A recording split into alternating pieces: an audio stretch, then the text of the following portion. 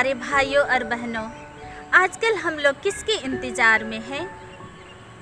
एक महान राजा का इंतज़ार में। वो महान राजा कौन है? वह महान राजा हमारा प्रभु यीशु मसीह है, जो हम सबों के दिल को छूने वाला राजा है, हम सबों के दिल में रहने वाला राजा है। इस आगमन काल में जब हम उसकी इंतज़ार कर रहे हैं, हमें किन किन बातों को विशेष रूप से ध्यान देने की ज़रूरत है, आज हम इसके बारे में चर्चा करेंगे। सबसे पहले कमरे का इंतजाम करते हैं। प्रभु यीशु हमारा दिल को अपना निवास स्थान बनाना चाहते हैं और इस आगमन काल में हम प्रभु यीशु के लिए एक अच्छी जगह तैयार कर सकते हैं। जब प्रभु यीशु मेरे घर में आएंगे तो उन्हें रहने के लिए अच्छी जगह तैयार हो जाएगी। लेकिन प्यारे भाइयों और बहनों, यदि मेरा दिल में प्रतिशोध, ईर्ष्या, द्वेष भरा हुआ है तो प्रभु यीशु के लिए जगह नहीं है। इस आगमन काल में हम इन सभी चीज़ों को अपने दिल से निकालने की ज़रूरत है। जिस तरह हम कमरे को तैयार करते समय अनावश्यक चीज़ों को निकाल फेंकते हैं। प्यारे भाई और बहनों, इस आगमन काल में हम विशेष रूप से ईश्वर से दुआ करें कि प्रभु यीशु हमें इन सभी कमजोरियों को समझने और स्वीकार करने के लिए आशीष दे। और दूसरा है मकड़ों के जाल को निकालना। प्रायः मकड़े अपनी जालें कमरे के कोने या अंधकार जगह में बुनते हैं। उसी तरह ईर्ष्या, द्वेष, अहंकार, प्रतिशोध हमारे दिल के कोने में जकड़ गए होंगे, जिसकी हम आसानी से लंबे समय तक नज़रअंदाज करते आ रहे हैं। इस काल में हमें इन चीज़ों को मकड़े जाल की तरह निकालने की ज़रूरत है। और तीसरा है सुंदर कर्टन लगाना। अब कमरे का इंतज़ाम हो चुका है, मकड़ों के जाल निकाल दिए गए हैं, कमरों की साफ सफाई हो चुकी है। अब सुंदरता बढ़ाने के लिए कमरे में क्या करते हैं?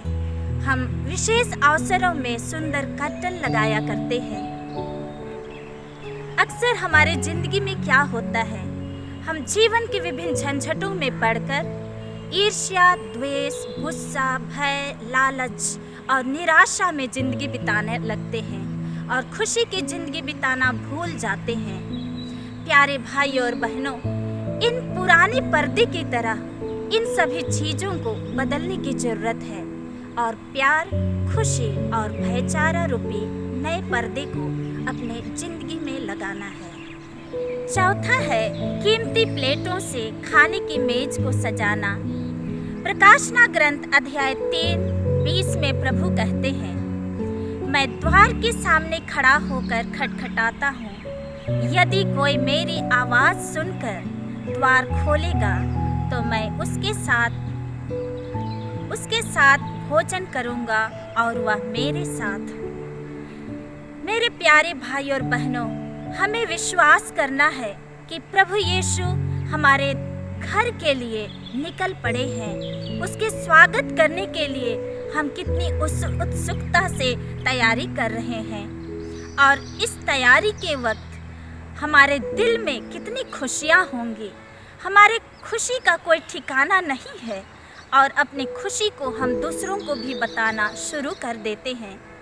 इस तरह हमारे गांव, मोहल्ला और आस पड़ोस के लोग भी हमारी खुशी में शामिल होते हैं और इस तरह हमारे बीच में खुशियाँ ही खुशियाँ छाने लगती है। और पांचवा है दरवाजे को खुला रखना। जब हम किसी की इंतज़ार करते हैं तो हम लोग गेट या तो खुला छोड़ते हैं या तो दरवाजे पर अपनी आंखें टिकाए रखते हैं। और यह वही समय है हम सबों के लिए। प्रभु यीशु हमारे घर के लिए निकल चुके हैं। हम उनके आने की आहट सुनने के लिए अपनी निगाहें दरवाजे की ओर लगाए हुए हैं। प्यारे भाइयों और बहनों, हम नहीं जानते प्रभु किस घड़ी और किस रूप में आएंगे। हो सकता है प्रभु यीशु हमारे घर उन जरूरतमंद भिखारियों की तरह, बड़े बुजुर्ग, बूढ़े माँ बाप की तरह और आस पड़ोस के बीमार भाई बहनों के रूप में आ सकते हैं। इन लोगों के प्रति हमें विशेष रूप से दया और प्यार जगाने की ज़रूरत है, ताकि प्रभु हमसे एक दिन कहेंगे, जब मैं भूखा था तूने भोजन दिया, जब मैं प्यासा था तूने पानी पिलाया, जब मैं नंगा था तूने कपड़े पहनाया, जब मैं बेसहारा था तूने मेरा सहारा बना।